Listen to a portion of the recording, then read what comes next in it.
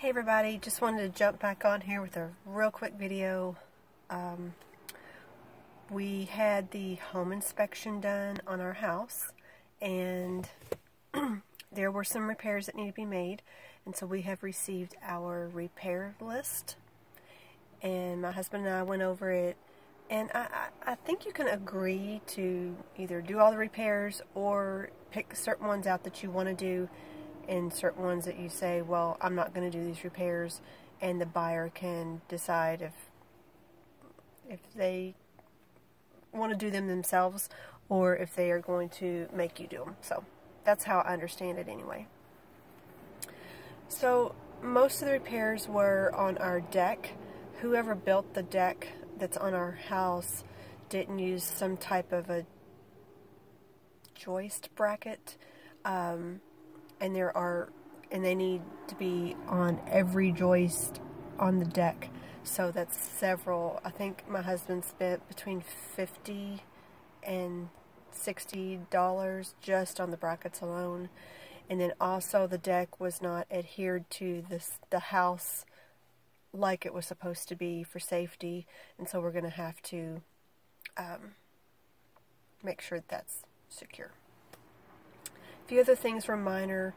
Our dryer vent was, I don't know if it was broken or unattached or something not quite right with the dryer vent. My husband, that's an easy fix. And then our furnace, the coil was dirty and that needs to be cleaned, and my husband's going to try and do that if he can. If he can't, then we will just hire out an HVAC company to come in and do that professionally. But I think we can get that done. And then the other thing was, oh, this is kind of funny. Our bathtub, we have a bathtub shower combo. We never use the bathtub like to take a bath in. We just use it for shower only.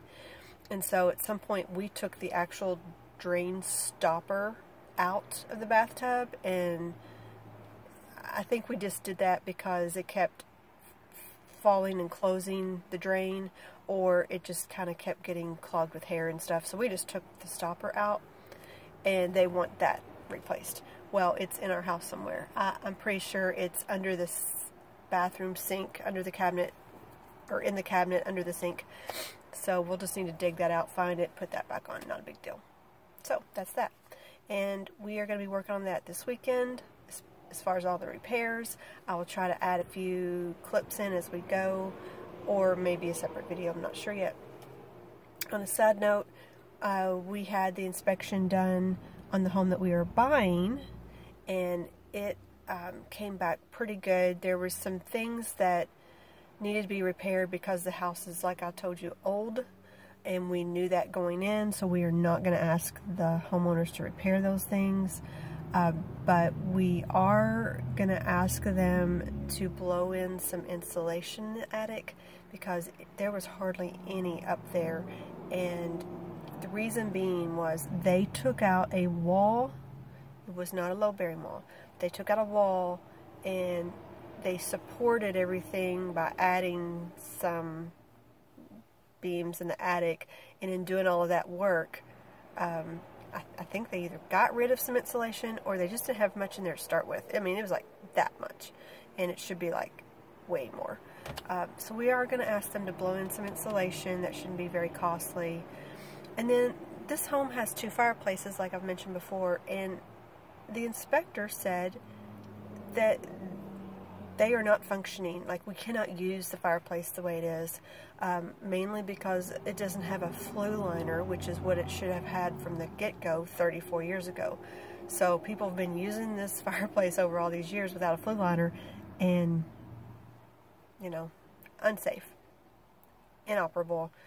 And so we're trying to decide. We don't really want to ask the homeowners to get the flue liner and the chimney, everything repaired, because it's going to be costly. We did get an estimate. We're waiting for that email. We are expecting it to be between $2,000 to $3,000. We're just kind of spitballing. But you know, if it's $2,000 to fix it, we're thinking about asking the buyers to contribute $500, $300 to $500 toward that expense of getting that repaired. We're just going to ask, see what happens. They could say no, or they may say, sure, I'll give you $300. I don't want to give you $2,500, you know. So this is the 1st of March, so we are going into spring. We are not going to need the fireplaces until next winter, so we're not on a real big, it's not urgent that we get those fixed right away.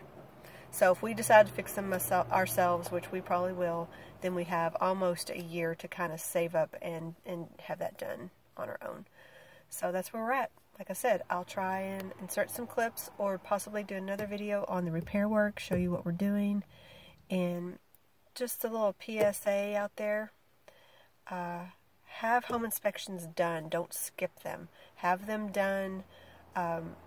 They may bring up little tiny things that don't matter, but that's okay.